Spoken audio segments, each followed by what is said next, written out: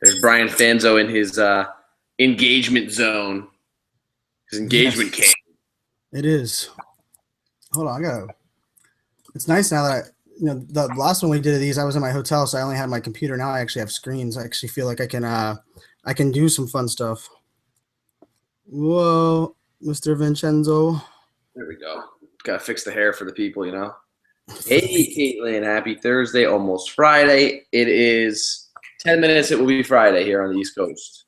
Kind of crazy because it'll be Friday here, Thursday still for Brian. That's kind of freaky, huh? Sorry, Meerkat people. Hey, Mike Baltus said, screw Enzo, I'll watch Fanzo. Nice. Nice. Man, I've dropped my Meerkat 3 times now. The poor people that are watching this feel like it's Bro. I don't know what's going on. You did. You sent me an invite. Yeah, I sent you. We're live now we're not live now on Hangout recording. We are. Oh, we're live. Okay, we're live. We are live. Cody, we have Michelle. Oh, what's up, Bryn? Eric Mitchell is in the house. What's up, Eric? Oh, Eric Mitchell's in the house.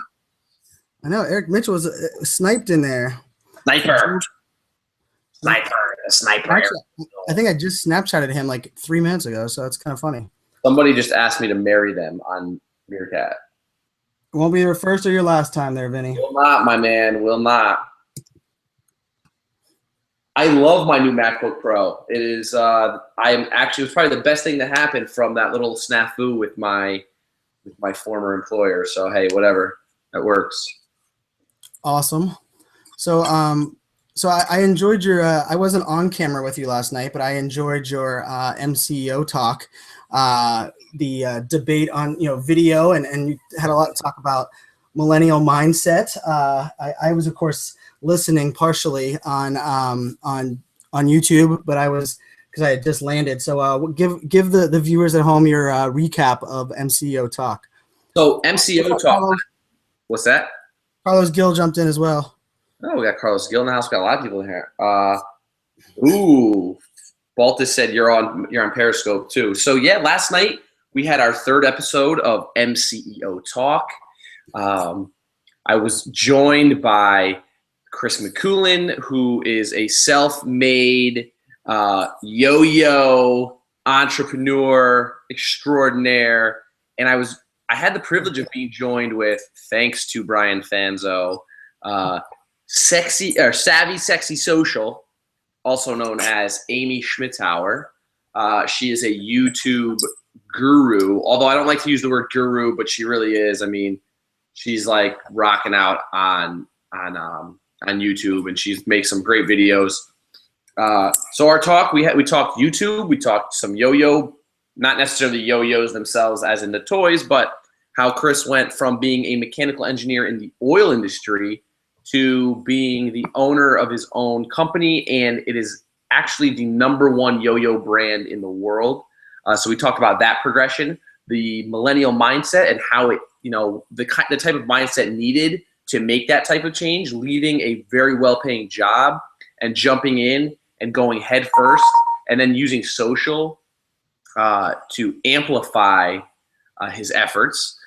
Amy taught us a little bit about the same type of things, about amplifying your efforts, but using video, and how she uses video, and how she made a great point. She's still using traditional marketing values, video marketing values, like consistency, always having something at the same time, the same days. People can expect to see her content coming out consistently. So that was a great takeaway for me, because we preach consistency, but sometimes we don't really realize that, hey, that's something old school. And a lot of people are like, oh, that's a new school mentality. No, it's not. And it's been around forever. I mean, we have a TV guide that tells us when things are on all the time. So that's exactly what Amy was talking about. And it was. Yeah, I thought she made some good points when she was talking about, kind of appointment TV, and really the idea of really consistent content. And actually, kind of goes into the whole Twitter discussion on what the value is of Twitter, and how people are using, even something like Meerkat. I was talking to a couple of people today on Meerkat value, and one of them was really focusing on the idea of, is it broadcasting or is it streaming or really is it live mobile engagement? And really, I think I like the term, and I'm curious what your thoughts are. I like the term mobile. I like the term mobile broadcasting because really it's broadcasting in the sense that we're able to engage, but it's also the key of it is being mobile because Ustream has been around for broadcasting this entire time. So I don't think you can talk about this topic without really referring to it without the mobile conversation being just as important. Yeah, so really the question you're trying, what you're saying is that, okay, are we looking at mobile engagement or are we talking about mobile broadcasting? I don't know. See, you say it's mobile broadcasting. I think it is mobile engagement, man. Well, I like engagement, but I think you have to either put streaming or broadcasting in there, right? So is it mobile engagement streaming or is it mobile engagement broadcasting? Wow. I'd have to say it probably is mobile engagement broadcasting. That's why I went with as well, because I think the problem with streaming is sometimes, like, if you think of it, like Pandora is streaming, right? And that's not really the same exact concept here, but it's an interesting discussion. It's and we can talk about streaming, I think. And of course the conversation now I'm Meerkat here is just already is question is if Meerkat or Periscope will take over. Periscope caters to mass market, niche verticals. There's a good chance. So like we can have this discussion, I think, every night of the week and probably not have a lack of people joining us for that conversation. But right. It's funny because Brent on my side just said, buy the URL, mobile broadcasting rocks. Hey, Mike Baltus actually made a really good point. He said it's only broadcasting if there's a dedicated time slot. What does dedicated mean, though? How do you describe? Dedicated is the fact that it's my channel, right? I'm only able to broadcast out of my own channel. I don't think broadcasting refers to the idea that it has to be at 6 p.m. every week, because I think that's kind of what the appointment thing that Amy was talking about with YouTube. He says streaming happens at the whim of the personality. So kind of like what we did tonight, we just decided to shoot something. He's calling that streaming, and he's saying that broadcasting would be something more like having a set time all the time. Interesting. It's an interesting point. I'm not even going to argue with you, Mike, because I don't think you're wrong. I don't think we're right. I think it's totally this is uncharted waters. This is something that is completely new in terms of trying to define it. We talked about it the other night, Brian and I, where we said this is nothing new. Live streaming is nothing new. Video is definitely nothing new. But defining what is going on now in video and this live broadcasting, streaming, whatever you want to call it, that's completely new. So we're trying to define this as I guess I don't want to call it vertical, or just as a method of getting your word out there. Yeah, because I thought it was funny to start. Whoa! My sound just went haywire. Hold on. Uh-oh. I think it's because that Boom is installing. Oh yeah, Boom. By the way, it'll totally crank up your volumes. Like it'll sound totally different. So. Oh, hold on. Yeah, go ahead. Cody says, I think we need to stop the what is who wins debate and start really figuring out how to use this best. I completely agree with you, Cody. Couldn't agree with you more. Brian says the same thing if you can't hear what he just said. Absolutely. And that's where marketers like us are coming into play. That's why we have jobs, because we are trying to bring out the best in these apps, not sitting here like these pundits and yes, I'm going to go there, but there's people that are writing articles about Meerkat is dead and Periscope wins and Meerkat sucks. And you know what? Are you even using the freaking app? And that's a huge question. And Cody, you're absolutely right. Why, instead of arguing over which one wins, let's figure out how to use them the best and make them both work. Brian said the other night, competition is good. Competition is good for us, the consumers. Let's not fight it. Yep. Yeah, Yeah, man, take Periscope to work. On my iPad. So I can. Oh, there you go. There you go. What's up, Hey, Nick. Nick? You gonna reverb? You gonna reverb? Like, Hold on. hold on.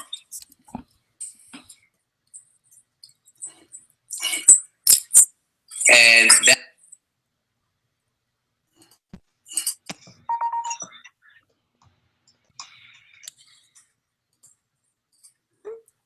All right, I think I'm better now. I think I'm better now. Good. Who ignored you? Brian. Who ignored you? What's that? Someone said I ignored them. Someone said I ignored them. You know what, Brian? Can't get to everybody. Meerkat versus Periscope is a waste, and a lot of people are building brand around that debate. The people that think outside the box will come out on top. Another knowledge bomb from Cody. Cody dropping some knowledge. Cody, continue dropping knowledge on this conversation. I love it. We are going to do something a little different tonight. We figured, why keep talking about Periscope and Meerkat? We thought about talking about technology. We thought about talking wearables. We thought about, what else do we think about talking, Brian, before we actually picked our topic? Now, yeah, we're mindset with a bunch of stuff. Millennial mindset, yeah. We came up with, actually Brian came up with, the idea of Ask Us Anything, Twitter tips, best practices, and annoying habits. So I was complaining to Brian about something earlier, and we decided let's put this together in a forum. So we're going to get off the Meerkat Periscope. If you have questions about that, obviously we'll field those at another time or offline. But for the sake of this conversation, we want to try and keep this not too long. But we want to definitely have a conversation going around Twitter tips, best practices, and annoying habits. Obviously, you're more than welcome to chime in on those as well. For those of you watching on Meerkat, and for those of you that may be watching on this live Google Hangout, drop us questions into our Twitter streams at iSocialFans on the Twitters or at Vincenzo Landino. Either one of those, you will get a response at some point tonight. Yeah, I mean, and I think for everybody that keeps asking the Meerkat versus Periscope question, I mean, the fact that it's too early to tell, I mean, ask me in a year. You know, there's going to be 4 other apps that are going to be out there. For me, I'm not writing any more blogs that say which one's better. I'm going to talk about the actual medium itself and how we can leverage it. So I think that's the key for me. It's all about how do we take this idea that we see it as a trend and a concept that works, and how do you provide value and how do you scale it, and really how does a brand take advantage of it? I mean, today was pretty cool. Did you see what Hootsuite was doing on it, by the way? You know, I didn't get a chance to check it out. Someone was talking about it, and I saw it through a Twitter stream. What happened? What was going on? They Hootsuite licensed someone different in a different building across the world had their Periscope, and were able to show us 40 minutes of the culture and such. That's awesome. That's awesome. Yeah, I mean, like it's such a different. It's so different than doing it through like a Google Hangout. I think, you know, with having that live engagement, you have people watching. There's others watching as well. So that's so cool. I mean, there's different. I think we're gonna find more and more ways to use it as we go. And those. So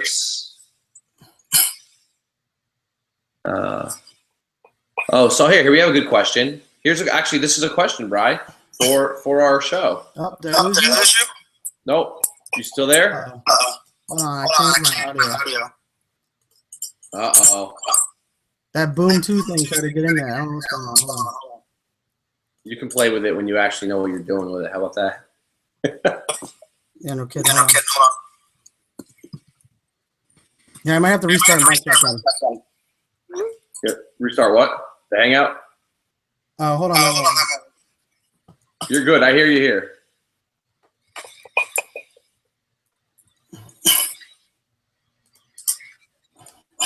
Yeah, Mike, that's a good point. While Brian's fixing his technical difficulties, no one has spoke about Stream. It's another platform. Stream was around a little earlier. They didn't kind of catch this All right, sorry, I wasn't. All right, sorry, I wasn't looking at that. Yeah, it's all right.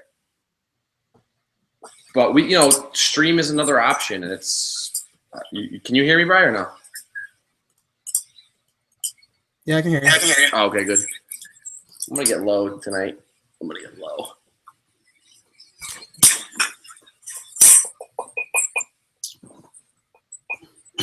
All right. All right. So, do you have any questions? I do. So I was asked by Cody, the Cody Vision, how do you talk engagement but stay engaged with such a large following? Wow, Wow, that's that's a good one to start off with.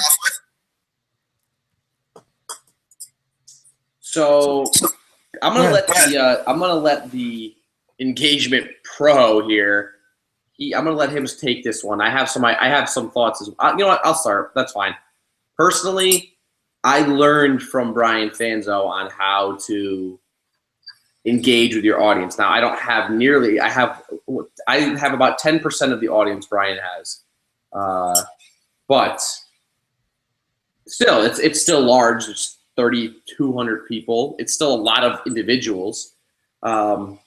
My trick and tip for that is that this is why I respond so quickly most of the time, is because if I let it sit there, I probably won't respond. So that's kind of a trick that I follow that from Brian. Brian's, talk fast, tweet faster. Well, you also need to respond. So I know how I don't appreciate when I don't get responses from people in a timely manner. Obviously I don't think that I'm going to go and tweet at someone like a Brian Fanzo or a Ted Rubin or a Gary Vaynerchuk and say, okay, well, he's going to respond to me in 15 seconds. Like, obviously it's a little bit different, but I've always gotten a response. So why not train myself as I've come up with, I started at no followers, obviously, and now I'm at where I'm at.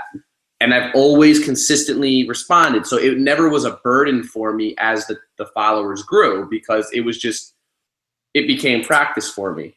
And I'm sure Brian has tips on how to manage a much larger following, but that's how I've been able to keep up with it. And I don't know, once I get to 30,000, 40,000, 50,000, 100,000, I don't know if those tactics will work, but as long as I know for myself, as long as I keep it up, it's never going to, for me at least, it won't become a burden.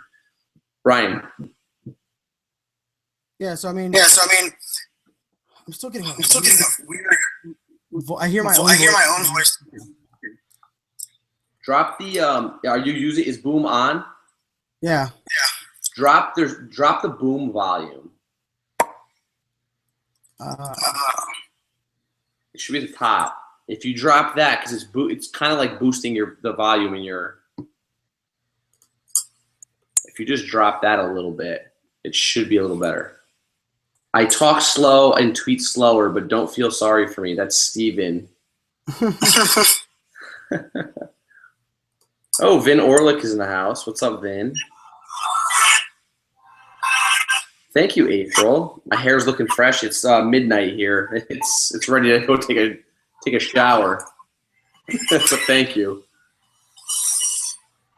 So we're waiting on Brian to fix some tech difficulties there. Talk slow, tweet slower. You need to make that a hat, kind of like Brian made his hat.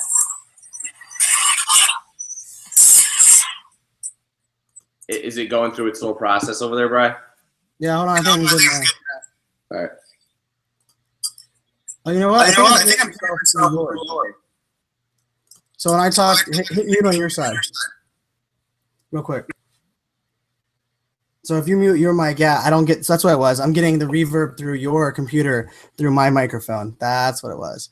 So that was weird. We'll try to play with that.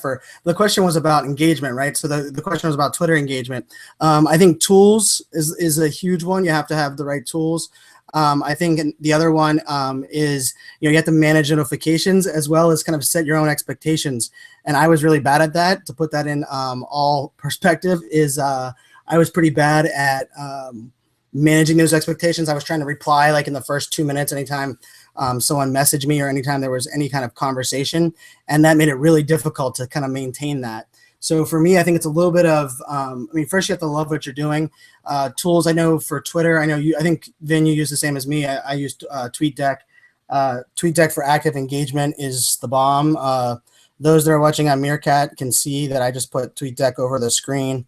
So TweetDeck is my favorite tool. But I think it's also, there's this element of if you want other people to engage with you, you have to engage. So I try to like every time I have downtime, every time I'm sitting in traffic, or if I have before I go into an appointment, or if I'm waiting to get on a conference call, I try to jump on and engage at those points, and then try to do it again later on. I think you don't have to be doing it every minute, but I think the key is trying to listen as much as you can and use your downtime to as your advantage.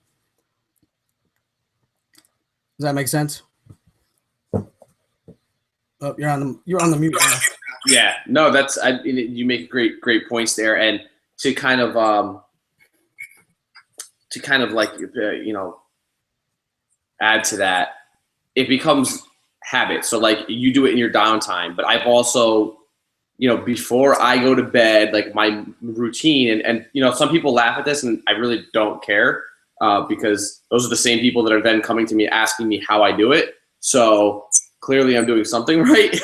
But before I go to bed, it's part of my routine is to take 5 minutes, go through my Twitter stream, go through just my mentions, and check out anything that I've missed. I mean, if I haven't engaged on something, I won't, and this is just personally like going a little deeper into this conversation, I'll retweet things that I think are valuable to my followers. So I'm not going to just sit there and retweet the crap out of every single thing that comes through my news feed, because I need to think about my followers as well. Like, is this valuable to them? I will favorite things, I will retweet, and then I'll respond to others that I feel that I can respond to. But I'll do that at night, I'll do it in the morning, first thing. So I carve out time to do those things at those specific times other than throughout the day, because I try to keep it real time. But let's see. iSocial Fans goes into more detail on this topic in his Smack Talk podcast. I just listened to it on my flight back from Chicago today. So shout out from Haley. Awesome. Thank you, Haley. That makes my night. Let's see. Twitter mobile app is the best. Okay. So another question is, what are the best tools for mobile use outside of the Twitter app? And I'm by far, it's, oh geez, I don't even know the app that I use. I don't even know the name of it. What was the question? The same one you use, the Twitter app you use. TweetDeck. No, for mobile. Oh, Tweetbot. Tweetbot. I totally forgot the name. I don't know what I was trying to say. But yeah, Tweetbot. It's by far the only thing Tweetbot doesn't do is I don't think it does group DMs yet. It doesn't. Yeah. So I still use the native Twitter app for group DMs just to check on group DMs. But other than that, it's Tweetbot all the way. So that one is a good one. Cody, Jen's. No, we got any questions on your side? Yeah. Bryn asked about what do you think has more impact, retweet or like a quote retweet with a mention? Oh, I am all about the quote retweet with a mention. I am so happy that they changed the way that's set up. Now you still have 140 characters, and you can see the original tweet. I've almost been doing the quote tweet now more than I've retweeted things, because it adds the context. A lot of times a retweet is, I don't want to say it's worthless, but when it comes across your timeline, it actually, goes back to what I was saying. Now I can find more things. I can go a little deeper into what might be valuable for my followers when I retweet, because I can add context to it. There's context. It's not just a blind retweet. There's some context that I can add to it, some commentary that I can add. But I also think that with the quote tweet is you're opening up more conversation that way. And you're giving exposure to the people that you're following. So if it's, good or bad, whatever it may be, I love that quote tweet feature. Love it. My role on that is, if people follow you for you, so if you're going to retweet it, you want someone else to actually find some value from it. And the idea of the quote retweet, really that true value of that is now I can add my own insights, and I can actually, because I used to talk about the favorite button was the fist bump. the regular retweet was like, hey friends, look at this, and the quote retweet was like, hey, I have something to say. Well, now it's not only I have something to say, but like, here's the tweet. And I would love to see the statistics from Twitter on the standpoint of the new quote tweet retweet feature, actually, because it brings the entire tweet over. I actually figuring out that I've been following a lot more people that other people quote retweet, because then I just go click at the tweet rather than before you just only had the at mention. So now you actually get the entire context. And so I think it's 116 characters is what they're giving us on a quote retweet. That's pretty powerful, because then in one tweet, you're technically getting 256 characters of total, usage, which is, I mean, that is a game changer. I really hope that TweetDeck and Hootsuite do a little bit better job of upgrading so that you can actually see the quote tweet correctly in their browser, because right now it shows up as a link rather than the actual tweet. But I think that's something we're gonna have to wait for on that. Let's see if I got any other questions. Just finished listening to your podcast with Taylor Anderson. Oh, that's cool. So yeah, Vinny, I was on. I was talking to Tyler about that. Where are you? Yeah, well, I was talking to Tyler. Well, I don't know if you do. I do some work for Tyler at Casual Fridays, right? Yeah. So I do some engagement work for kind of part-time for Tyler Anderson at Tyler J. Anderson on Twitter for his company, Casual Fridays. It's an agency, digital agency. I handle a lot of hospitality clients, which is really, really cool. We have a great culture over there. They're out in San Diego, but they're pretty much all over. And he was I was telling him how he did a great job with the Joel Comm interview about Meerkat. And then he was like, "Oh, just wait. I have, which I already knew you were on there anyway, but I didn't say anything." He's like, "Oh, just wait till you hear Fanzo." And I'm like, "Oh, man, I haven't listened to it yet, but I'm sure it's gonna be fantastic." That's my second time. I was on there a year ago after Social Fresh, doing a Social Fresh recap, and then he asked me to come on there again. And it's interesting, like the whole podcast. I think in this month I'll end up doing like 3 webinars, 2 keynotes on Meerkat and Periscope. And I mean, how crazy is that? Like, I mean, I've been working hard on building my personal brand for a long time, and neither one of those existed whenever I was working on that. So the idea that they're that popular, where people are wanting to not only like just dedicate, a podcast episode, but do above and beyond. But Tyler made it easy, because I kind of talked about pros and cons of each, but I didn't talk about one being better than the other. I focused more on like, what can a brand do? And my theme, my soapbox on that episode was a lot like what I think on Twitter that the brands do really well is if they think like a fan. If you actually share pictures, do videos, and think like, what would my fans like to see of my company? What would my fans like to see me do? And that's kind of what I was kind of conveying there on that one. So, Bryn, I have a question from Bryn, and I actually think this is interesting. I'm curious on what your thoughts are. I know what mine are. How important are images, and how impactful and how often do you use them for sharing on Twitter?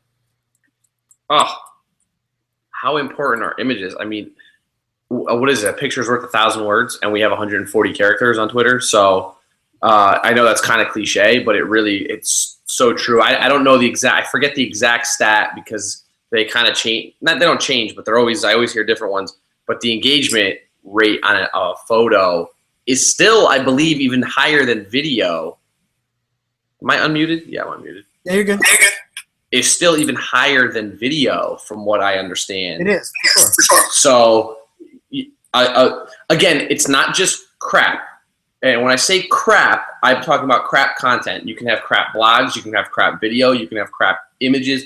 You need images that are going to amplify your voice. So if they go hand in hand with what you are trying to say and they're complementary, the thing about images is that they're so easily shareable and they're so easily attributed to you. You can make them, you can attribute them to yourself, that you can amplify content and build, recognition, kind of that brand recognition with images that you can't do with text. Text, it's like the old game of telephone where, by the time it gets to the last person, certain words have changed to the point where it's like a completely different, paragraph or sentence or phrase that you've heard. The same thing goes for text. You tweet something once, somebody tweets it, which now you don't really have to do a modify tweet with the new tweet feature, but in the past, that's what you were doing. And by the time it gets to, the 100,000th person that's seen it, it's a completely different phrase. It's not even attributed to you anymore.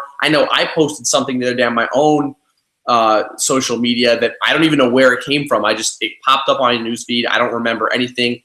Nobody branded it. I know when Brian puts anything out there, any images with his own quotes, you always see iSocial fans. Carlos Gil does a good job putting his video, making his graphics with his face and his his name, his Twitter handle on it. I've been trying to do the same thing with my stuff, and there's many others that do the same thing. But images are so important, and they can really help your brand. What was was there a second part to that question or no? No. That was really the essence of the question. For me, I talk about it all the time, and I threw my bio up here. In I guess 3 years, it'll be 3 years on this account, I've had 90,000 tweets, and 13,000 of those tweets are with pictures or images. So for me, that's a huge percentage. And here's the deal. For me, it's pretty easy. You want to stand out in the feed, 140, 140, 140, 140 plus a picture. It's a game changer, I think, and that's why I first fell in love with Buffer. We were both rocking our Buffer shirts yesterday, or last time we were on. But for me, Buffer, right-clicking on an image and sharing a blog with an image. I also use Canva. I actually create images for really crappy blogs. That if the blog's good but it doesn't have a good picture, I actually create my own images. But Buffer now has a new tool called Pablo.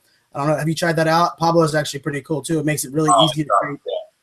Shareable graphics. So no, I'm a big fan of.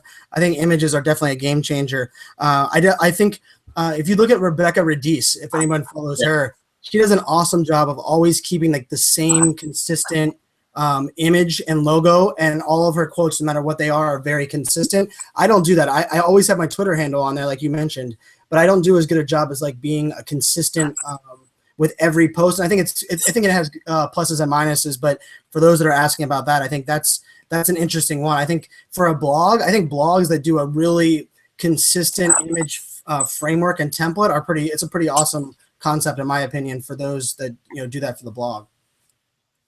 Yeah, I had let's see here. Somebody said their graphics stink on their brand. Well, there you go. So there's two tools that you can use. Brian mentioned both of them, with whether it was Buffer's Pablo, so it's bufferapp.com/Pablo, or you can use, and what's great about Pablo is the images are all copyright free. So they're images that you can use on your graphics completely free, and they're very sharp graphics, very easy. I mean, you can create a graphic in I don't know, Brian, what, like 15 seconds? Yeah, easily. And I used to time myself. Here's the crazy part: is I used to focus on productivity so much that I time myself on how long it took me for my Canva graphic or a Pablo graphic to make sure that I'm not wasting too much time for like a social share. And I mean, I have that blog post. If you guys go to Millennial CEO, and I have a blog post that says 14 Twitter tools for increasing my engagement, and that actually one I break down Pablo and I break down Canva on their advantages and the plus and minuses. For me, I think it's all about finding one that fits in your easiest workflow. I use WordSwag app on my phone, which is one that I've used at every event. It was 2 years ago when I went to Social Media Marketing World the first time. I was the most quote unquote most popular tweeter. Like my tweets had the most reach and the most views, and it was really because of WordSwag app. I took quotes from Jay Baer, took quotes from Ted Rubin, and I put them automatically into the image tool and then blasted them out. So that was pretty cool. So yeah. Oh, someone just said, can I provide the handle of my guest, Vincenzo? It's Vincenzo Landino. I will throw his Twitter handle here on the screen so you guys can see Mr. Landino. Make sure you follow him. He's a good guy. He's the host of MCEO Chat now. So here's his profile with his new background image: brand strategist and digital correspondent. But yeah, if you follow my feed, you'll see his wonderful image all over my stream as well. So yeah, thanks. I appreciate it, Bryn, for jumping in. Always enjoy your insights. Have you guys discussed when it's the best time to post and balance between excessive and just right? Wow. Well, the idea of excessive is what I do. So let's talk about Vincenzo. When you actually tweet, and how do you decide when to tweet, and then how do you kind of make it so it's not too excessive? So I've tested. This is a great question because I was talking about this with someone today. There is definitely a fine line between excessive and doing it just right. That line, though, is different for everybody. So somebody like Brian Fanzo, who's built kind of that reputation to where this is what he does, you either follow him because you want to and you want to hear it and see it, or you don't. So it's setting a standard for your followers. I'm going to say that first. Before I answer the question, I'm going to say that because that's so important, is that you give your followers a consistent I'm going to say standard again, but consistent on how you tweet, what you tweet about, and when you go to Brian Fanzo's page, you know what he's tweeting about. He's tweeting about social media. He's tweeting about trends. He's tweeting about cloud. He's tweeting about tech, wearables. He's most likely talking about Apple. He's probably traveling in different places. So you will always see that. And then you'll get the occasional tweet with it, pictures of his family. I know that's Brian Fanzo's page in a nutshell. I mean, obviously there's a lot more depth to it, but in a nutshell, that's what you'll get by going to Brian Fanzo's page. I totally understand it. And if Brian tweeted 1,000 times a day, it would not bother me. So there is a fine line. So for me personally, it took a lot of testing. I, for a while, was like, well, I can't tweet more than 3 times a day. This is when I started. 3 times a day. Kind of using like that Facebook rule where 9 o'clock, 11 o'clock, and 4 o'clock. But that doesn't work with Twitter.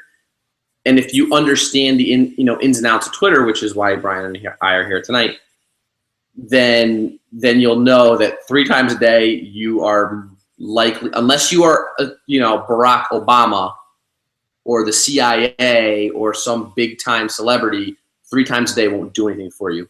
For me, I use tools, and Brian's big on tools too. I used before, so Buffer actually now has a built-in. Have you played with that, Brian? Oh yeah, I love that. I always used follower wonk before, but now they actually have a built-in scheduler in there. So I use a tool called Follower Wonk to integrate with Buffer. And it would actually you can actually search two ways on Follower Wonk. So if you want to check out Follower Wonk, I highly recommend going to check it out. It'll give you 2 kind of breakdowns. When your followers are online or when the people you follow are online the most, and you can actually integrate it with Buffer to the point where it'll tweet during those times that there's the most activity. So when your people are actually online, when your followers are actually using Twitter and doing and whatnot. Buffer has kind of introduced. I think it's still in beta, right, Bri? Yeah, it is. So Buffer's introduced a tool very, very similar. It's built right into their platform. It does the same thing. You punch in how many times a day you want to tweet, and it will find the right times a day. I've played around with it so much that. Actually, Alex, it's called Follower Wonk. Follower WONK is the tool. Yeah, it's from Moz, the company Moz, the SEO mastermind Moz. They do Follower Wonk. No, I did that as well. So I'm using the Buffer one now from a scheduler perspective. But here's a good one. I was trying to pull up. Hold on one sec. I'm gonna pull up my Sum All stats. So I use a tool called Sum All that actually lets me know how many tweets I have in a week or in a day, and so I actually average way higher than most people. But when I started when I started actually on Twitter, not only the amount I tweeted was way lower, but also I tweaked and tested, like you said, with Buffer. I mean, I went from 8 scheduled posts a day to 51 at one point. And then, for me, it's really, I try to focus on, if I'm always providing value and you're always tweeting something that is relative to your community, nobody will say you're helping me too much. You're providing me too much value. But there is, I think a fine line. And actually someone asked a question. I think this is actually a good one as well, is they asked, what are your thoughts on everybody tweeting out their comments from Meerkat? And I think that's kind of an education side, because just for those that realize it, when you're tweeting out comments from Meerkat, only people that are similar followers, because it's the @ is the first character, the only people that actually see those comments in their feed are people that are also following me, the streamer, and you. So if we don't have that many people that are similar, they're not actually going to see that tweet in their feed because it's a direct at reply is what that's called. So I actually am okay with people tweeting every one of their comments. I think if you're going to comment like 100 times in an hour, probably not. You might want to toggle that off and on. But I see very little downside. I don't know what you think about that, Vin. No, I'm right there with you. And again, that's where knowledge and education goes so far, is that if you don't know how Twitter works, and again, this is not knocking anybody, but the people there's pundits out there, there's people that are commenting on, oh, well, on Meerkat, all my comments are going out to the world. Well, they're not necessarily, because of what Brian just said. So it's a little bit of education too. Like, you need to know a little bit of how the tool works and the in and outs of Twitter. So like Brian said, I'm just going to reiterate what Brian said. If you have the @ symbol as the first character in a tweet, and it's at iSocialFans, and I send out that tweet, if your followers are not following Brian, they won't even see the tweet in their stream. They would have to click into your stream, into your profile, and if they're on the desktop version, they have to go to tweets and replies, and then it'll show up. But again, I don't really use Twitter like that. I don't know about you, Brian, but I rarely will click into a profile and go check someone's timeline and go down and look at tweets. Like, if it didn't pop up in my stream, I most likely missed it.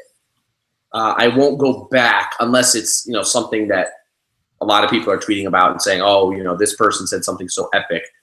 Then that's different. But I rarely ever will go into a profile, and that's just me. The only time I click on a profile is usually when I am following someone for the first time, and I want to see what they're all about, and I'll read their bio. That's 99% of my profile views on Twitter is because of new following. After that, I rarely will ever look at it. What about, I don't know about you, Brian, but that's the way I use it.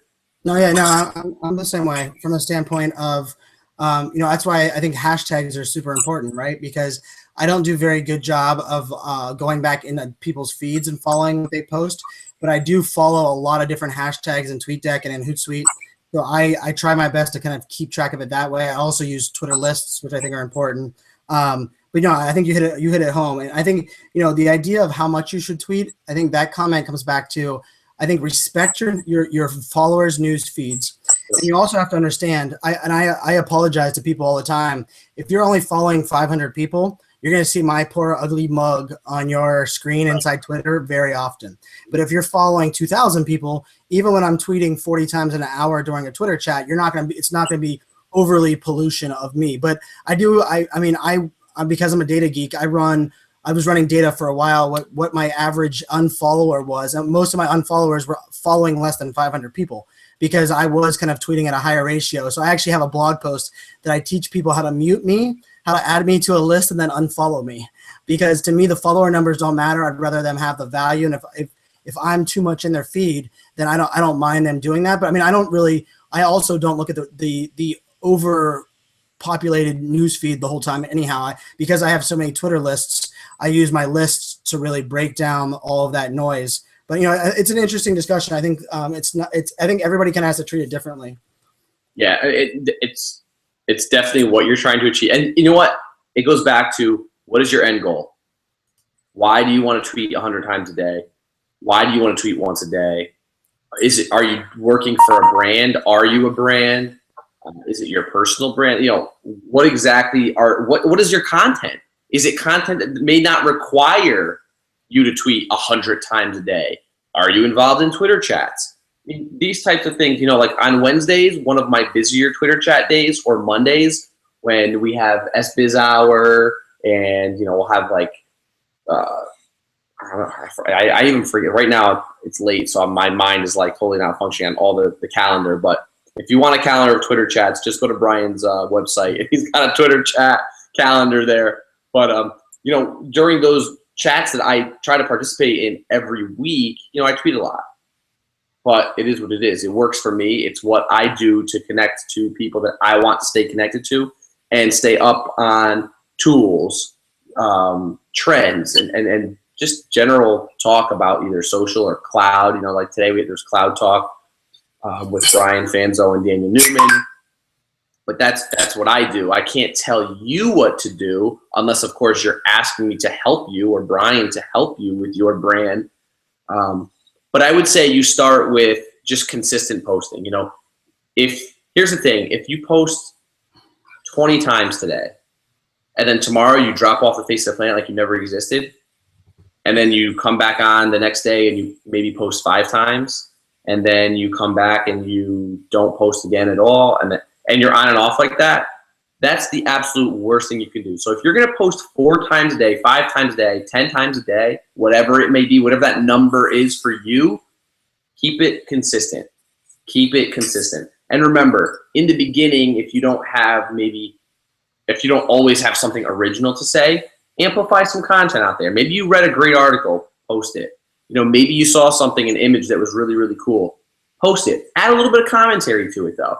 I've been trying to work on that myself, where not just retweeting content or posting content, and I still do post links from people that I respect in the industry, but when I see something really cool, I'll add a little bit of commentary. It becomes my own. It's my commentary on that subject.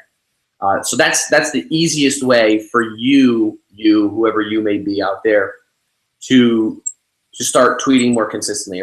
And I say tweeting, but this goes with every social platform. If it's Twitter, if it's Meerkat, if it's YouTube, if it's Facebook, Pinterest, whatever it is, just stay consistent and do that every day. After about a month, it becomes a habit, and then it's second nature. So that's my spiel about that. No, yeah, and A couple people are asking about the book book behind behind me. Joel. Power 3.0. That's definitely a good book to check out.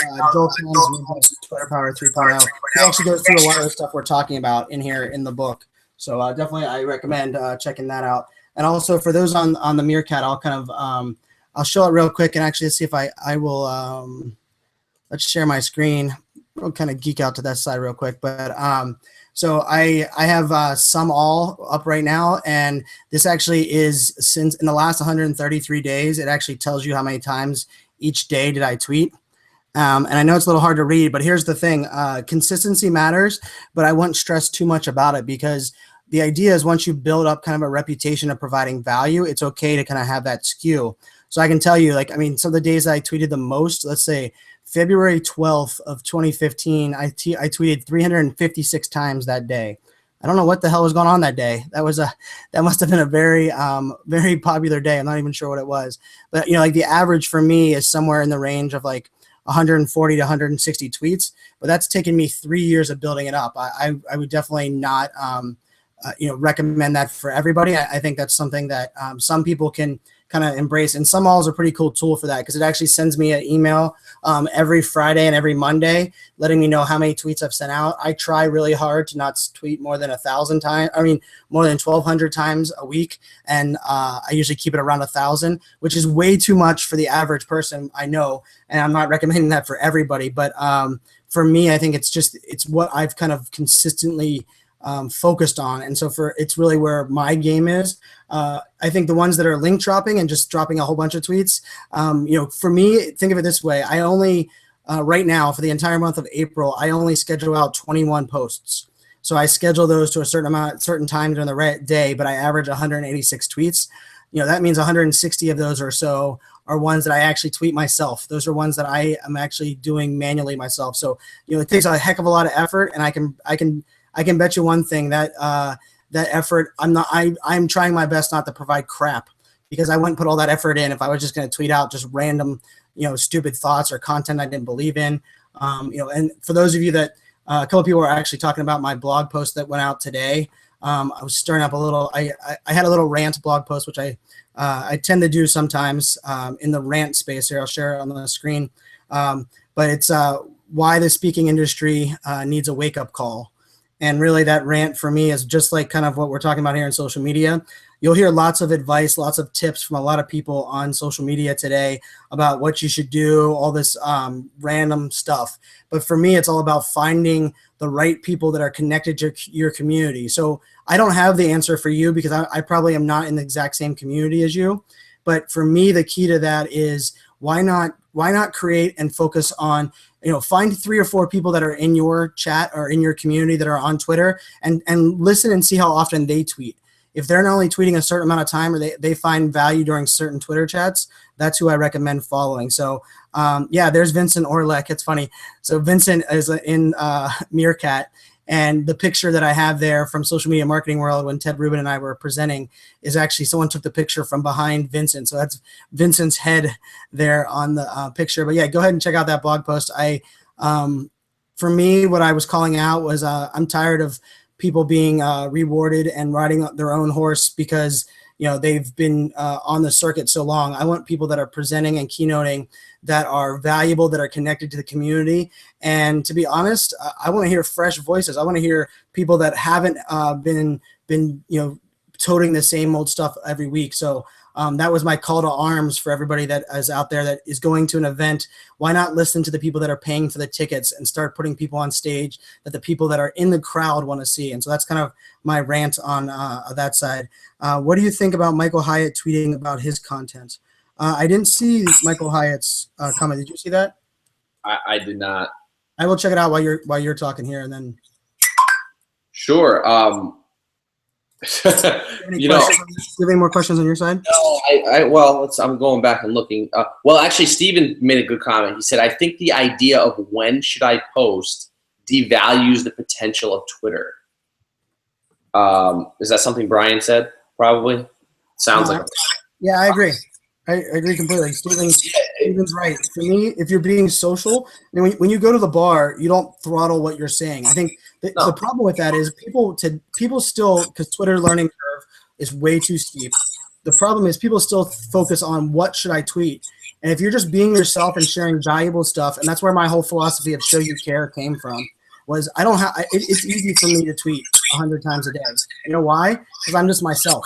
There's no build up. There's none of those things. And I think that's the key, right, Vin? I mean, that's part of the reason we love Meerkat as well. Absolutely. No, and you know what? Just, Steven's comment there is you hit the nail right on the head. You really, if you are being authentic, I know this goes back to this authenticity, but if you're being yourself and you are talking about things that you're interested in, you've built a following based on that, it doesn't matter how many times you're tweeting. It doesn't matter when you're tweeting. You'll see Brian tweeting all day long throughout the day. And again, like he said, he only schedules 21 posts a month. That's crazy. And to think at some of the times that he's actually tweeting, sometimes you're like, wow. But you know what? He's getting engagement around it. If I've started to get that. I'm not at that level yet at all. I never claimed to be, but I'm starting to see that engagement personally, where when I am posting things, even at off hours, weird hours, off hours. There are no off hours on Twitter, so don't ever think it's a worthless time to post. The other thing, though, on that when conversation I want to bring up is that, and what I've learned, and we kind of talked about this the other night, I think, Brian, but you don't just post things once and that's it. A tweet doesn't live in a vacuum. You need to actively, if it's something important, if I'm going to make a comment on a football game like I do during the football season when I'm watching the Steelers. Brian and I are both Steelers fans, by the way, and Pirates fans and Penguins fans. Oh, wait a minute. There's definitely a thread there. So, you don't ever want to focus on a specific time. You want to focus on getting it out to different audiences because there's different people on at different times. I'm using it. I'm on Twitter 24/7 essentially, but most people don't use it the way Brian and I use it. So some people are on between 7 to 10 in the morning. They'll see it if you post it during that time. Then there's others that use it during lunchtime. You want to get your voice out there again. There's others that use it during dinner time. There's others that use it later on at night. So if you are naive to that fact that people use it at different times, you're going to be posting content at the same times every day, and you're going to be wondering to yourself, well, why isn't my content being amplified? Why isn't my content being engaged with? Well, if it's not working every day at 11 o'clock, there's a reason for it. So give it a shot somewhere else or try it in 2 different times. You need to remember what I said earlier about the way I view Twitter. I don't look at profiles. So if you posted something similar multiple times throughout the day, I won't even either I won't know it because I didn't look at it that way. I viewed it in a stream. And if you're following enough people and I caught it at one specific time during the day, chances are I didn't see it again the other times you posted it. And that's, that's kind of the way Twitter works. You catch certain things. You don't, like you guys are dropped. Oh, did you see Michael Hyatt? No, we didn't. I don't follow, again, nearly as many as what Brian follows, but I still have, 1,300 people or so that I follow. So, and they're pretty active. Most of the people that I follow are heavy users of Twitter too. So it's a stream. If you see my stream in 1 minute, there's like probably 1,000 tweets. It's like, okay, I definitely missed a lot of tweets there. So keep that in mind too on how people view Twitter and how they're looking at it. Especially, let's face it, most people are on mobile nowadays. No one's. You're missing a lot of tweets out there. So I think there was a stat I heard one time. It was like, basically, there's more content created on the web today in 1 minute than all of history prior to that point combined. Like, that's mind-blowing. To me, that, like, I had to stop and think about that for a second and think about, like, look at, this is content we're creating now. Every tweet you guys are sending out, that's content. All the tweets going on right now, and in 1 minute, there's more of this going on. Not just Twitter, but come on, let's face it, there's Facebook, there's Pinterest, there's Instagram, there's other social platforms, and there's more content being created or being pushed out there than all of history up to this point. Brian, when I heard that, I was like, wow, that's it's crazy. It's crazy.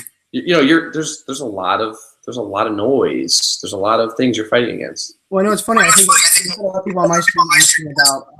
Hold on, I'm getting that weird vibe through. I gotcha. But yeah, I love people on my stream are actually asking about how we are doing the video here. So yeah, we're using Google Hangouts because Hangouts switches live between feeds, and then we both have our Meerkat running facing towards our monitors, and so we have the volume on our computer so you can hear it going back and forth, and that's kind of how we're doing this because that is a limitation of this app, is it is really only the front camera, back camera. We can't do like picture in picture or side by side. So we do Google Hangouts with our Twitter chats every week, which is our way of kind of I talk about, if you really want to be great at Twitter, focus on storytelling. Focus on telling your story with great content, with great action, with great interaction, with great engagement. And part of that storytelling for me is integrating the video and integrating all of these other aspects. And that's really what we're doing here is we're leveraging the Hangout capability. And we've kind of synced the two of those together to where the live stream is now pointed towards the Hangout, which allows the two of us to talk because he's on the East Coast, I'm on the Pacific time zone in Arizona, and we're able to chat back and forth. And this is all, the nice part about this is it's also recorded to YouTube. So this is actually a recorded piece of content that'll sit on YouTube without even having to use Catch, which I think is a very cool way of doing it. I think there might be eventually an app that comes out that or a plugin into Meerkat that actually allows like the picture-in-picture for me to team up with another person on the stream. I think that would be an interesting concept. They would have to do a redirect on their server, which might even add additional lag, but and that sounded really geeky when I said that. But yeah, I mean, I think that's an interesting concept. Vincent Orlick was bringing that up on the in the chat. But one of my favorite things about Meerkat as well is I love the in-app notifications as well as the notifications as a whole, because that really does allow you to kind of ping around and focus on and find new people to engage. So any other questions coming on your side there, Mr. Vinny? I know we're getting late on your side. I don't want to keep you up too late tonight, but I think we're having a pretty good time. I think people are getting some value out of this. We have some people that are in Italy right now, and that's another thing that you brought up. I actually gave Guy Kawasaki the hardest time. I actually called him out in a blog post and said that I was a big fan of his, but I refuse to post tweets just for other time zones. And now I have more friends in more time zones. I tweet overnight because I want to, engage with the audience in Australia. I get on Hangouts early in the morning because I want to get on, with the group in the UK. So I actually wrote another blog post about 3 years later that said, I'm sorry, Guy Kawasaki, that I was wrong. And I now tweet when I sleep because I am perfectly open and okay with admitting when I was wrong. And I was 100% wrong there because I find some amazing engagement and amazing, when I wake up in the morning, it's one of my favorite things is I see so many of my friends that are, in other time zones that hadn't seen the content that I had posted before, and then they're now engaging, and it kind of starts off my day, engaging with them. So I'm sure you're on that same thing. But yeah, I had to openly admit that I was sorry for not realizing that it was the wrong one. And hey, Nikki joined in here, said, great article, thank you. This year, my goal is to push out more content. Next year, I'll focus on more speaking. That's awesome, Nikki, and rock on. And I think check Rachel Miller on our team is going to reach out to you.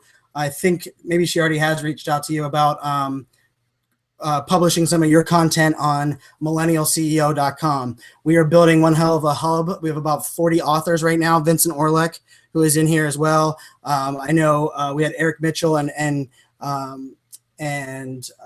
couple other people that were in here earlier that are bloggers on millennialceo.com. So we're always looking for the latest and greatest up and coming people that are willing to create quality content and not spew the same old crap. And I know, Nikki, you're cool with that. So, and yes, and Nikki is in the Phoenix Social Media Club, and she's a leadership on that, which Vincent Orlick, my buddy, dropped that out there. So yes, and Suzanne Harrison, who also has a Twitter chat and who's a good friend of our group, said that she has lots of great tweets in Australia, Hawaii, UK. It is a thing. It's truly the power of Twitter. It's the power of social, in my opinion, because it's amazing how many good friends, and I say good friends, and I've never met them in person yet, that are in different countries, that whenever they engage me, Andrew Hutchinson is one of them. He's out of Australia. He's a great blogger, but we've been friends for 2 years now on Twitter, that I think of him as a good friend. When I knew his birthday was coming around, I was excited for his birthday, just like I would, someone else that was offline. I think that's kind of the power of Twitter when it kind of makes those things, combined together. And Roberto Blake actually put in there, and so he started releasing videos at off hours and found that worked. And I actually do the same with my Facebook page. I actually post scheduled posts on my Facebook page for 3 a.m.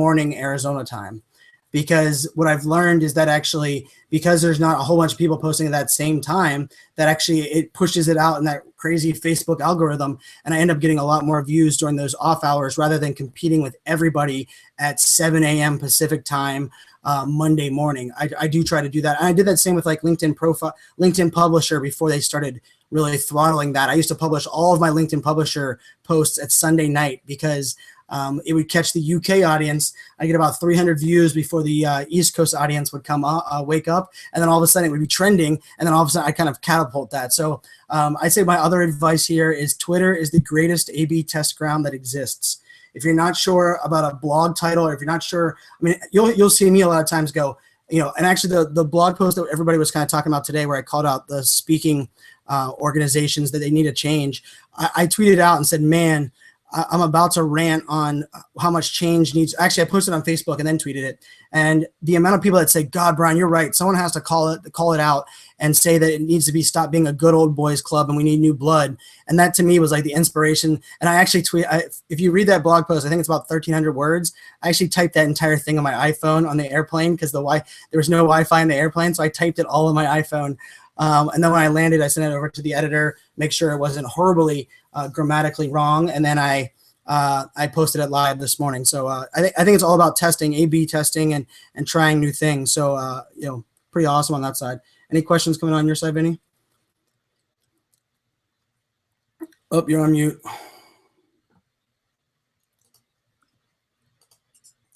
There we go. Good. No, I had, Stephen came up with kind of another great point where he's talking about best time to post. I know you were going on about a few other things as well, but relationships. This does have a good point. Best time to post is an illusion that social media practitioners use to impress their clients with content distribution. It has nothing to do with relationships. And yeah, Stephen, that hits the nail on the head for me. And you couldn't be any more right, because what Brian just said look at what he's talking about, creating relationships.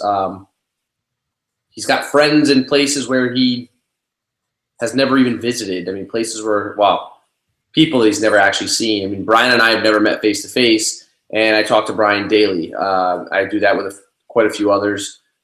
Daily conversation, and you know, here I am jumping on a hangout with Brian for the second time this week and doing some really cool stuff together, but I've never met him, and yet I talk about him in my daily life as if he was here all the time. So yeah, you're absolutely right. It doesn't matter what time you post. It's about how you create those relationships. That's the most important thing, for sure. I know some people want to know what grinds our gears, some of those annoying habits. They asked earlier. I didn't jump into it. I kind of wanted to wait towards the end, I guess. But we were, Brian and I were talking about this earlier. I kind of sent him a little message earlier, and I said, I can't take these people hijacking but any hashtag and just kind of jumping in and preaching something that has nothing to do with, the hashtag, and jumping in, kind of hijacking the love going on. That's probably one of the biggest pet peeves I have on Twitter, is people that either incorrectly use a hashtag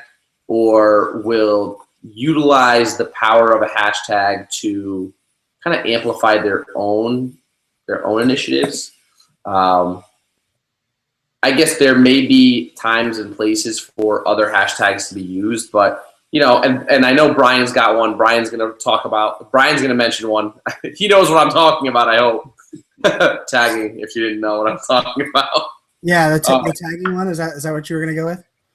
Well, yeah, but like for me, like just hijacking those hashtags. Like, hashtags are so critical to putting content out there. For those of us that use hashtags the right way, to see them used incorrectly is like, we just look at it and we're like, really? And then sometimes it comes from others that call themselves gurus or that call themselves social media professionals, and they're just they're jumping in and they're really, like I said, hijacking, for lack of a better word, these hashtags. Which, what people don't realize is that hashtags are branded. I mean, they've become a part of a brand. So like at Millennial CEO, we have MCEO Talk, which is a show I host on Wednesday nights, and MCEO Talk is kind of is now a branded hashtag. Brian has SBiz Hour, hashtag SBiz Hour, hashtag Cloud Talk. Those are hashtags that help kind of curate all that content that's going on. So when you're throwing content that has nothing to do with that brand, you're insulting the person that's running that brand, that's taking the time to, Brian spends a lot of time on Cloud Talk, SBiz Hour. Those are productions that take a long time. So for someone to come in and just kind of like, I almost like to say it's almost like spitting at SBiz Hour or those talks, it's kind of insulting. So be sure that when you're using a hashtag, you're using it for the right reasons, and make sure you have something.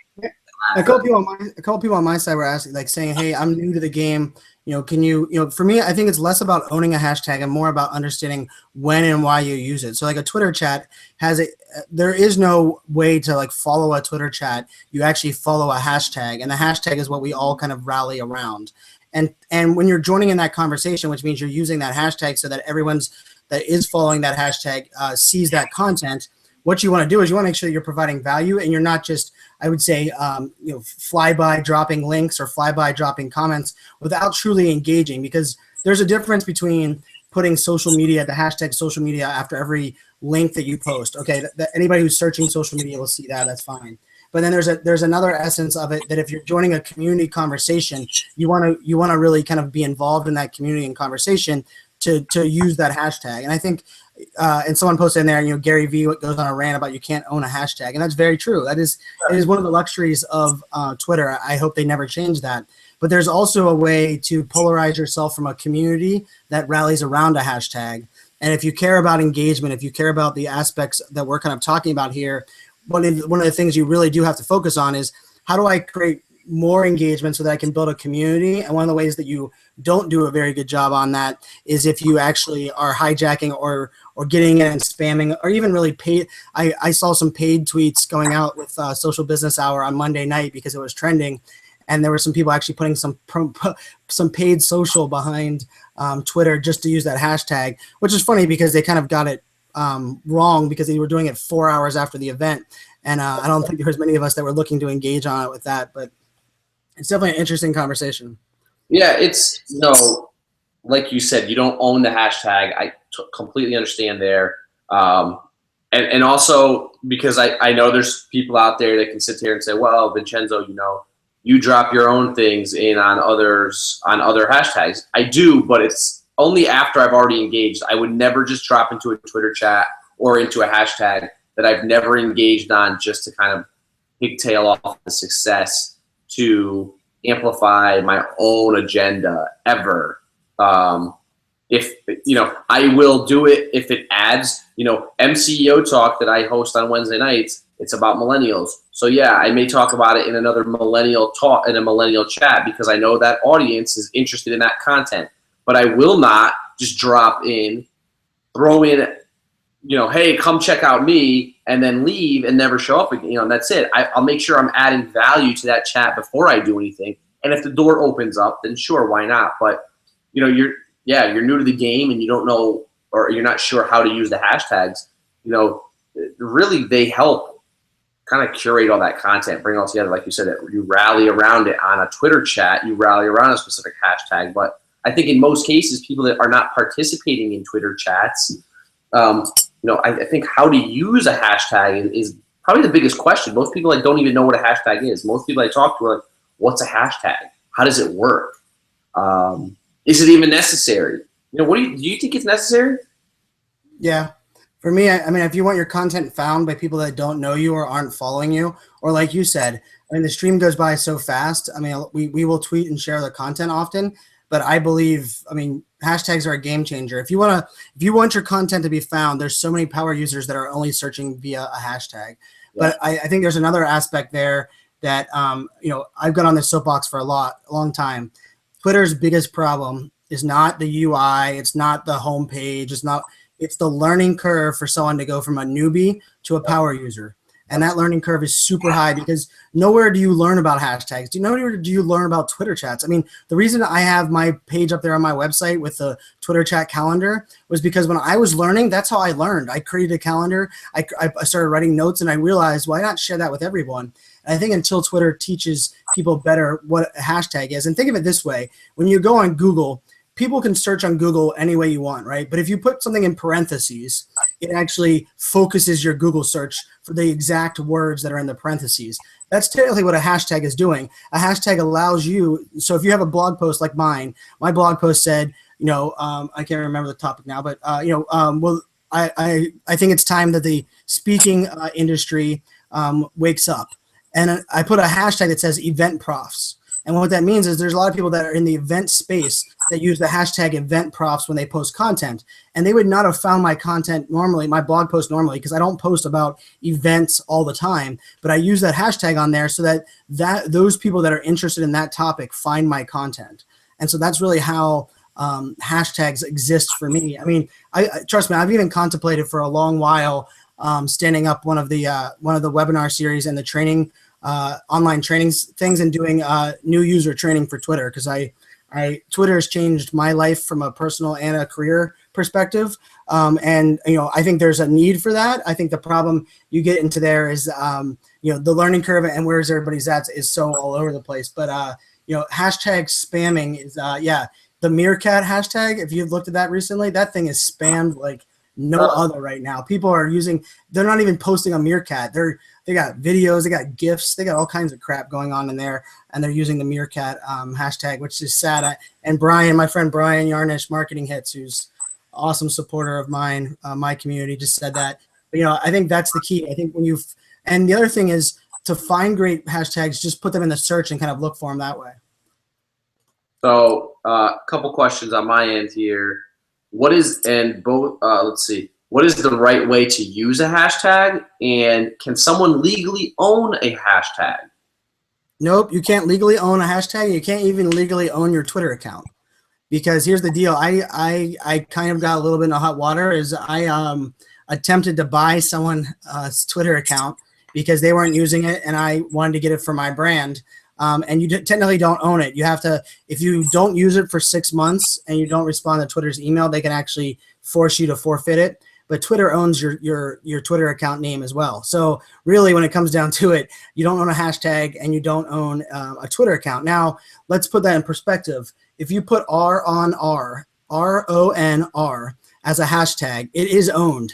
Ted Rubin has controlled that hashtag, and it's not owned in the sense that he physically owns it or that he paid money for it. But if you put that in a tweet, that you're pretty much talking about return on relationships, which was his book, which is what he tweets out a lot. So I think what the difference between owning a hashtag and making a hashtag part of your story, and that's what I preach. So if you put show you care with the letter U, show you care, I have notifications that actually pop up and says, hey, Brian, someone's using the hashtag that you like to use. No, I don't own it. And you know what? Whenever you're doing something that is going above and beyond and you're showing you care, go ahead and use the hashtag. But for me, what I try to do is I try to build my story and my philosophy around that hashtag. So that's kind of my stance on that one. What was the other question? What is the proper usage of hashtags? Like what is the right way to use them? So I say, you know, I treasure every one of my 140 characters I get. So I try never to use more than 3 hashtags at once. I think when you get over that, it kind of gets into hashtag hell. You're not really sure what's going on. But I think it's up to everybody. I don't mind using hashtags in the middle of the tweet. Like if you're going to use the word Twitter, put a hashtag in the middle. I know some people like the Google Plus etiquette. Google Plus etiquette is you put all of the content up at the top and then you put all of the hashtags across the bottom. Very much similar to like SEO and when you're building a web page and how you build your tags. But from a Twitter perspective, if you're already using the word in your tweet, hashtag it in the word. Don't take up space. If the name of your blog post is why I love social media, don't put the link and then put the word social media in a hashtag afterwards. Not only you're kind of misusing the whole thing, but if a good example of that is if that's your title, hashtag social media, and then afterwards put hashtag SMM, and that means social media marketing. And now anybody who's following or looking for social media marketing content will search that and find it. So I think that's kind of the etiquette when it comes to hashtags. I think we're still, unfortunately, like the Super Bowl, they just put them up there for no freaking reason. Even those brands that spend all that money don't understand that most of them, not all of them, don't even understand it. Like, I mean, if you look at Hoot Life is a great one. Hootsuite, they use that hashtag for all of their culture stuff, and they don't own it. But nobody's using Hoot Life that isn't part of the Hootsuite community. And to Vincent's point in the beginning or to Vincenzo's point in the beginning was, I mean, really, you have to understand. You know, everybody's new, so no. And that's the other thing about Twitter is people. If you're trying your best and you're doing different things, nobody's caring. Nobody's gonna, the haters and the trolls are who we unfollow and block anyhow. But the key is listen and see how other people are doing it. And then I say, go on, go beyond that. And so, someone had a question here, which so this says, would love to read that. How long did it take from idea to draft? Oh, sorry. That was about my book. So I tweeted that. It looked like a Meerkat tweet. I have, what app do you use to get the notifications? I'm not quite sure of that question, the fun one. Unless Brian can clarify. I'm not sure. What does that mean? What app do you use to get the notifications? No, yeah, I'm not sure. I use a bunch of different apps. I think I know what you're talking about. They were talking about the notification whenever someone mentions my hashtag. Oh, right. Very, very cool. So I actually use a couple different tools for that, but I use a tool called Mention, which is very funny. Yeah, Mention actually emails me. I use Mention to monitor my personal brand. So anytime my name is used, Vincenzo Landino, in any form, and there's a lot of Vincenzo Landinos, but none of them are like my father's Vincenzo Landino. There's plenty of my cousins in Italy that are Vincenzo Landino. I'm clearly the only one that's using social media because every time the name is mentioned out anywhere in the web, I get a notification for that. I also use Google Search. I use Google. Do you use the Google Alerts, Brian? Oh, yes. Love Google Alerts. I use Mention, Google Alerts, and BuzzSumo. BuzzSumo is the other tool that I use. And like you, I use it with my first name, last name, without the O, because some people think because my Twitter handle is iSocialFans that my last name is Fans. I also spell Brian as Brain. So if someone puts Brain Fanzo in there, I think it's key to you're listening oftentimes. And I have my old Twitter handle on there. So iSocial_fans was my old handle for well over 2 years. So I actually have that one in the social listening as well. So I think that's a kind of about, it's an important point is that you want to listen, for all of those things, because really they're mentioning your name, they're putting your thing in there because they want to be heard. And if you really want to truly have that extra engagement and provide value, you want to make sure that you're heard. So I think we'll kind of I'm about need to wrap up here on my side. Yeah. But I got a lot of people saying thanks to Haley, thanks to Roberto, thanks to a lot of the great questions. This is fun. There's a bunch of questions on Google Plus and what we think about Google Plus and Facebook pages. I think that's probably a topic for a different time. But this was definitely a fun conversation from a Twitter perspective. And I think we'll jump into Twitter again. I can guarantee that. Oh, I'm Twitter. Twitter is one of those platforms that you cannot cover in an hour. You can't cover in 2 hours. Niv is here from Meerkat, by the way. Hey, What's Niv. up, Niv? Twitter is one of those things that you can literally have a week-long seminar and still probably not have enough time to talk about the ins and outs. I mean, you could spend days just explaining how to use it. Forget about creating an actual marketing strategy. We haven't even talked about actually using it for anything functional. We're talking about literally just how to use the tool. So yeah, please keep the questions coming on Twitter. We're gonna probably drop off now here live on our Google Hangout and on Meerkat, but keep the questions coming. Myself and Brian are more than happy to answer them. Brian is probably the best follow on Twitter. If you're not following Brian Fanzo at iSocialFans, you are missing out on knowledge, on just quotables. I mean, this guy talks in 140 characters, so if you don't follow him and you care about your personal brand, you care about the web, you care about digital marketing, you care about anything you do online, then you're really missing out. So I highly recommend following the man. Tweet him, he will tweet you back.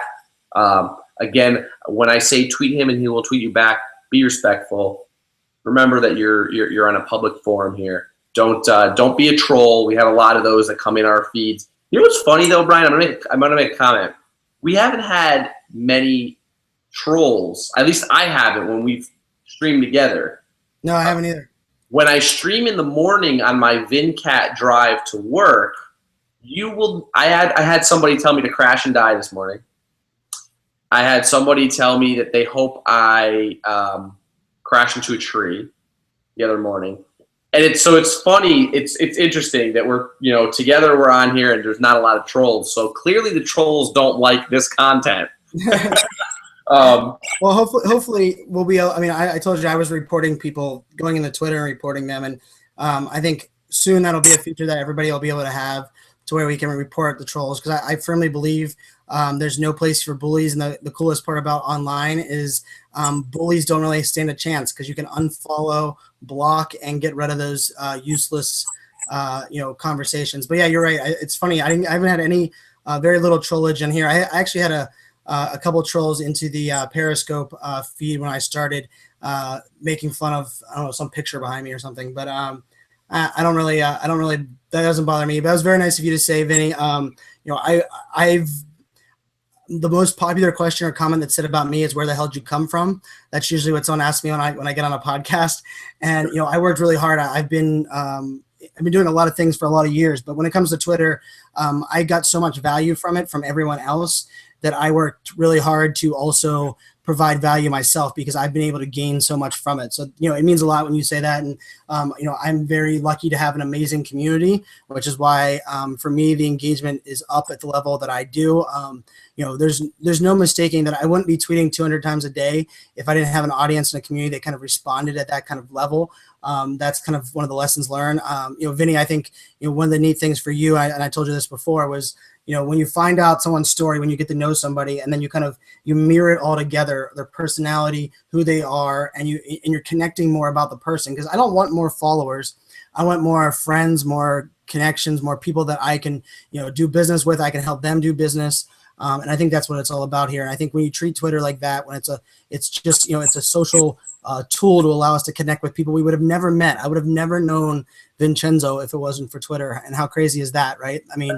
I think that's, and Rachel Miller is another one. Rachel and I every Monday for over a year have done Social Selling Hour, which is now Social Business Hour, and we've never met in person. We probably would have never met if it wasn't for Twitter, and that's saying something to me. And so I try hard to kind of reciprocate what I was able to gain in that space as well. So that means a lot. I got your lots of people giving me crap about the Henry Ford comment you made last night on the show, saying that I was the Henry Ford of the millennial mindset. But you know what?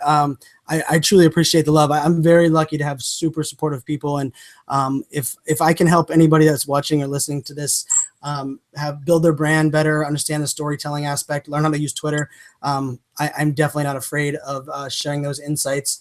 And you know what? You're rocking out on MCO talk. I just love the dynamic that you're creating there. And it's only week 3, so when you've done 52 of them, like Rachel and I have done on Social Business Hour, it's going to be one hell of a show. So I'm excited for that. But yeah, rock on, my friend. Get some sleep. You're on the East Coast, man. You need to go to bed earlier than I do. It's all right. No problem. This crash. I tweeted you the link to this so you can watch the replay of this video. And Haley said Brian has all his broadcasts on his website. So go to it's isocialfans.com. Correct? Yeah. Yep, isocialfans.com /Meerkat is where all of my Meerkats are. But yeah, isocialfans.com is my homepage with all of my stuff. And I know, Vinny, you're getting your page up as well. I know you're launching that up as well. Yeah, I'm trying to launch something there again. I'm taking a page from the Brian Fanzo playbook. Definitely look up to Brian. So again, I found Brian inspirational. If digital marketing, if social media, if speaking, if being a brand advocate, and giving a shit about not only your employees but people that follow you, then Brian is the guy to follow. And I want to just make one last remark before we bounce. Reinvest in relationships. It's a little play off of Ted Rubin's return on relationships, but I've been talking about this. Reinvest in relationships. I'm going to turn it into something someday, but just to kind of go along with Brian, really, if you're on Twitter, if you're on social media, whatever medium you're using, and you're not investing or reinvesting in the relationship by taking it further, I have every plan in the world on meeting Brian someday live, having a beer, and just jamming out. I've already done it with a lot of others, like Chris Barros and I was in New York City, and I called him up. I was like, bro, let's grab something. Let's do something. But it's so important to reinvest in the relationship if you want to get the most out of what you're doing. So, when you talk ROI, that's ROI right there is relationships. So on that note, hey, you know what? Maybe we'll have that beer at a Steeler game. That'll be even one up, right? Bro, let's go. I mean, this year, I don't know how good this team's going to be this year. We might have a lot of more beers than actually watching the game, but yeah, I might need a lot more beers to get through this season and get through this Penguin series too. Watching that Penguin game tonight was brutal, but this was awesome, man. Fire this year. It's gonna be tough, but yeah, cheers all. Thanks again. Thank you, everybody. Thanks for watching. Take it easy, Brian. All right, man.